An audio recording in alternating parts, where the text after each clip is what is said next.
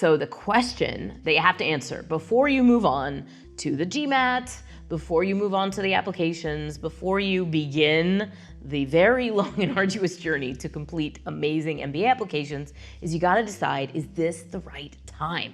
Is this the right time for you? Hello, and welcome back to MBA Monday. I'm Angela Guido, the founder of MBA Protocol. I'm here every week, dishing out the MBA hits, giving you the advice that is gonna help you achieve your MBA dreams.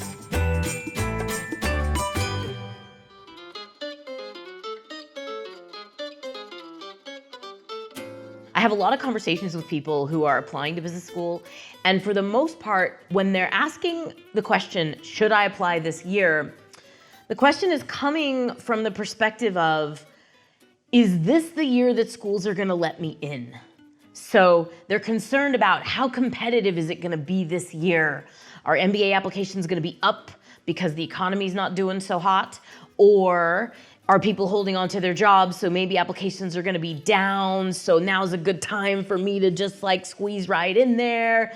I really wanna discourage you from using extrinsic factors to answer this question for you. The truth is, MBA applications go a little bit up some years, a little bit down some years, but the core quality of the applicant pool doesn't really change. There's a pretty stable percentage of ambitious people who are out to change the world that are looking to get an MBA every year. And if you're one of them, even if there are more applications because people are getting laid off, there likely won't be more actual competition for the seats that you are vying for. First step is to tune out all the noise about factors other than you as you're making this decision and really direct the reflection inward to decide if this is the right time for you personally to get an MBA. Never mind what the market says. The biggest determinant of whether or not it's time for you to apply to business school right now has to do with your learning curve. So as you know, the top MBA programs really require significant work experience before you apply. That's because the learnings of the MBA won't have anywhere to land in your own experience unless you've had some experience. And so most people in the first 1, 2, 3, 4, 5 years of work after college, they're still climbing a very steep learning curve. You're getting new responsibilities, you're learning new topics, you're becoming better at all of the things that you do in the first several years of your career. And as long as you're learning more and things are getting better, you probably want to keep riding that curve. So let's say you're 3 years into your career or 4 years into your career, and you've heard most people apply to business school at about year 4, but you just got a new promotion. And you know that the next year is going to be the most interesting year of your career because of all the amazing things that you're going to learn that are going to make you a more capable leader now and later. Don't apply this year. Do that job and apply next year. Keep riding the learning curve if you're in a position where your job continues to challenge you in the direction of skills and experiences that are useful to your long-term ambition. This is so critically important because the entire MBA game is really about being a better leader.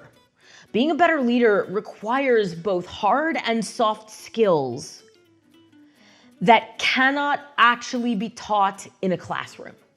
Almost everything that's gonna make you really successful in the long term of your career, it's not something you're gonna learn in a book or in a classroom. You're gonna apply it. You're gonna learn it on the job. What the MBA does is it creates a little test bubble, and then it gives you a bunch of frameworks that you can kind of play with in the couple of years that you're studying.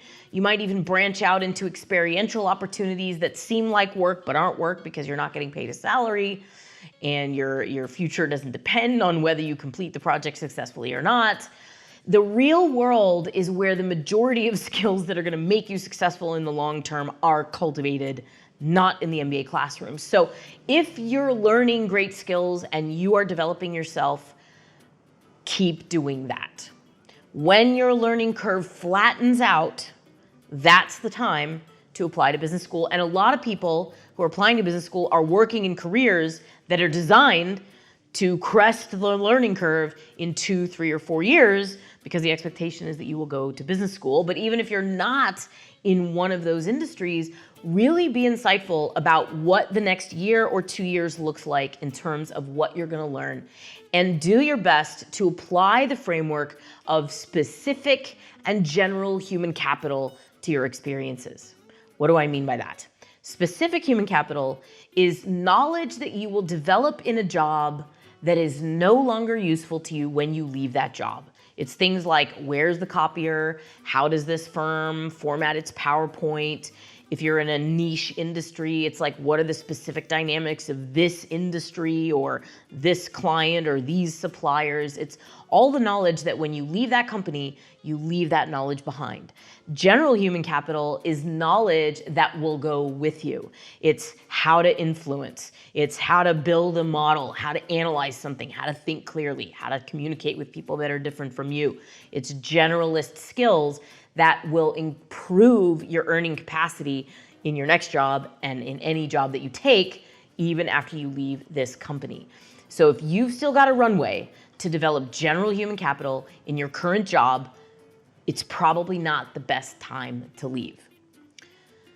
Unless you've decided that this is not the space you want to grow in. Many people go to business school because they want to make a career pivot.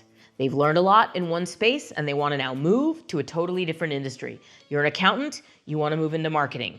You are an investment banker, you want to move into venture capital. You are a tech person, you want to become an entrepreneur. You're trying to make a move from one space to another. And so even if in your current job there is still a learning curve, if you've already decided that this isn't the industry you're going to build the rest of your career in, now might be the right time to stop and switch to the MBA. Most people, again, are applying to full-time MBA programs 3 to 5 or 6 years into their career. If you've got significantly more experience, a full-time MBA might still be the right call for you, but you might be a better fit for a part-time or an executive MBA if your experience is pushing 8, 9, 10, and even more years than that. So this is by no means just meant for people early in their career. Even if you're in the middle of your career, you still want to ask these same questions. Am I continuing to learn more in the place that I'm in? Or is it really time for me to get a booster shot, for me to stop the action and make a pivot in a new direction? Because I see the future I want. I see the direction I want to go in, and it's not where I am right now. I need an MBA to bridge the gap and to make that change. So when you think about the right time for you to apply, it really comes down to what you're learning.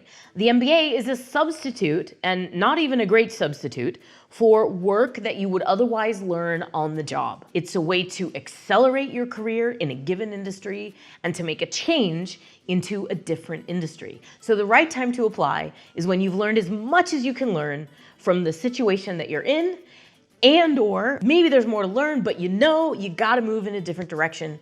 That's the time to apply to business school. The last question you need to ask yourself to decide if this is the right year for you is this the right year for my personal life? So your professional life is really all about learning, and it's all about your learning curve. Make the decision to apply to business school based on the right moment for your learning and for what you want in your career. And then don't forget your friends and family. So if you have family connections or other life obligations that make it hard for you to move from one place to another or to drop your income and become a student, that's a factor to take very seriously in this decision as well. For many people, this is the decisive factor. Lots of people can't apply to business school in 1 year because they just had a child, or because they're planning a wedding, or they're taking care of an aging family member. Those things are also really important in the grand scheme of your life. Don't let the glamour of the MBA and supposed perfect timing take you away from the things that really matter to you. If you have to wait a year or two because of family commitments, schools will understand. Don't circumvent relationships that are important to you just because you have some idea that you have to apply right now. So that's it. That's how to tell if this is the right year for you to apply. Is it right on your learning journey? And then does it work with all of your personal commitments? If the answer to both of those questions is yes, then I hope you're gonna subscribe. Just like click that little subscribe button down below, because I'm gonna be back here every week giving you advice to help you not only succeed on this amazing journey of applying to business school, but to also make it significantly more fun. Whatever you decide about applying to business school, I'm wishing you all the best in your career. I hope you get everything you want from your work life. And I'll see you next week on MBA Monday. Oh God, the sun isn't out anymore. Okay. Hello.